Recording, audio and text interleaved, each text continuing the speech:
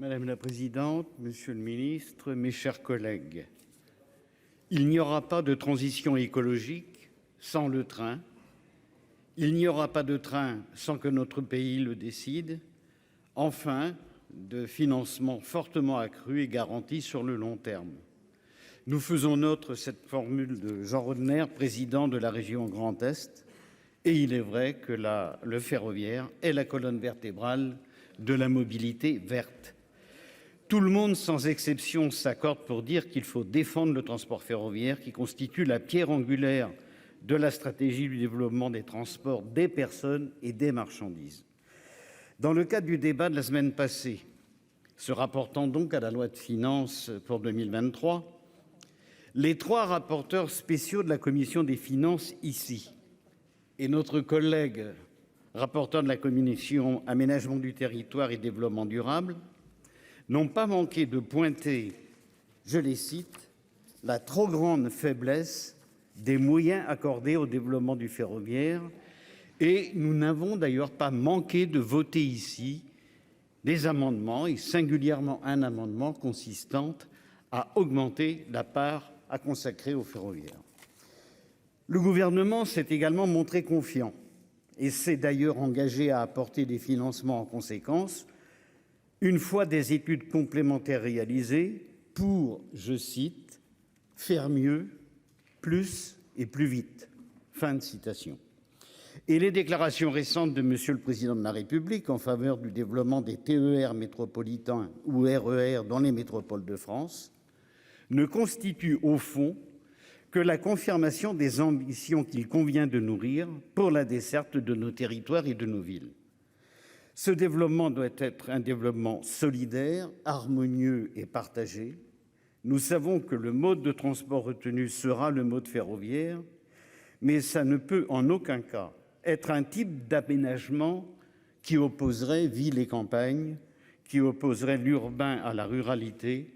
Il ne faudrait pas que demain nous ayons le rail des villes et de l'autre côté, le rail des champs.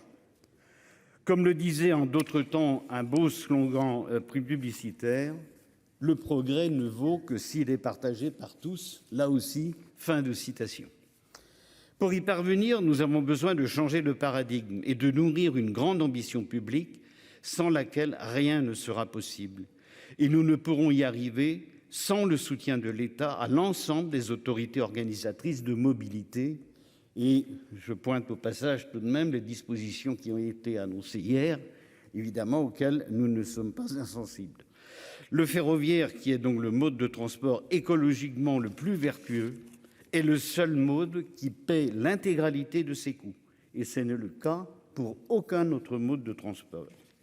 En ce temps de crise de l'énergie, réaffirmons que le fer est plus résilient que l'aérien et la route, et il serait d'ailleurs légitime de reconnaître les externalités négatives des autres modes quand il s'agit d'aborder le coût réel du ferroviaire.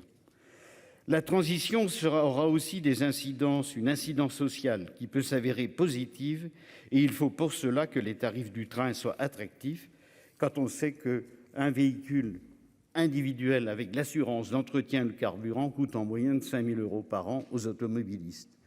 Le transport ferroviaire n'est pas seulement écologique, il est donc aussi un soutien majeur au pouvoir d'achat des Français, à condition que nous nous en donnions les moyens. Alors, malgré la reprise de la dette, les 35 milliards de la dette de la SNCF Réseau, les fonds de relance vers le fret et les trains de nuit, nous savons qu'il manque au minimum 1 milliard d'euros par an aux gestionnaires d'infrastructures pour envisager un maillage équilibré donc du territoire et offrir une alternative de mobilité à nos concitoyens. Et comme nous raisonnons sur le long terme, il eût été raisonnable de commencer tout de suite. Ce fut d'ailleurs, je le dis au passage, un des amendements que nous avions soumis au débat initial vendredi dernier en séance publique, ici même. Nous savons que notre réseau vieillit, 29 ans de moyenne d'âge contre 17 ans en Allemagne. Accélérons donc la régénération et sa modernisation pour augmenter la sécurité et les fréquences sur des sillons avec une vraie stratégie qui n'est pas aujourd'hui suffisante.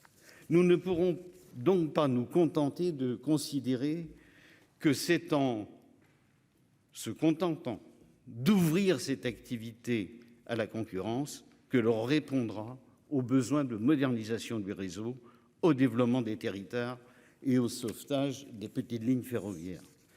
Du reste, on remarquera que les initiatives locales et solidaires et autres coopératives ferroviaires qui ont émergé dans des territoires qui nourrissent des ambitions de réouverture de certaines lignes se heurtent aussi à des difficultés résultant d'une insuffisance de moyens affectés à la réhabilitation des infrastructures. Il y a donc cet enjeu industriel favorable à l'emploi que nous devons soutenir par la relance et la pérennisation de filières utiles à notre économie. Enfin, pour mesurer les limites du pari d'ouverture à la concurrence, il suffit de se référer à ce qui s'est passé dans le fret ferroviaire pour constater qu'il y a loin de la coupe aux lèvres. Aujourd'hui, tout le monde s'accorde pour reconnaître que si rien d'exceptionnel n'est fait au plus vite, les objectifs annoncés pour 2030 ne seront pas atteints, ni pour le fret, ni pour le transport des voyageurs. Des petites lignes risquent d'être fermées, des réseaux ne seront pas entretenus. Donc, les objectifs de baisse des émissions de gaz à effet de serre seront également manqués. Plus près de nous, dans le cadre du débat autour de la loi climat-résilience et dans le cadre d'une mission d'évaluation conduite par le Sénat, des préconisations ont été retenues dans la perspective de la reconquête du transport ferroviaire, qu'il s'agisse du fret ou des voyageurs d'ailleurs. Pour aller dans ce sens, depuis le débat sur le projet de loi modificatif 2022, toutes les composantes politiques du Sénat sont intervenues pour pointer cet objectif. Ce fut encore le cas la semaine passée lors du débat sur la loi de finances pour l'année 2023.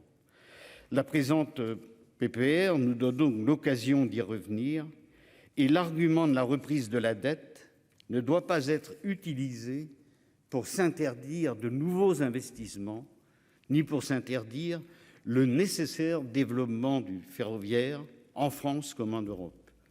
La résorption de la dette doit maintenant se conjuguer avec le développement du mode ferroviaire et telle est bien l'ambition que se fixe cette PPR. Merci de votre attention. Merci.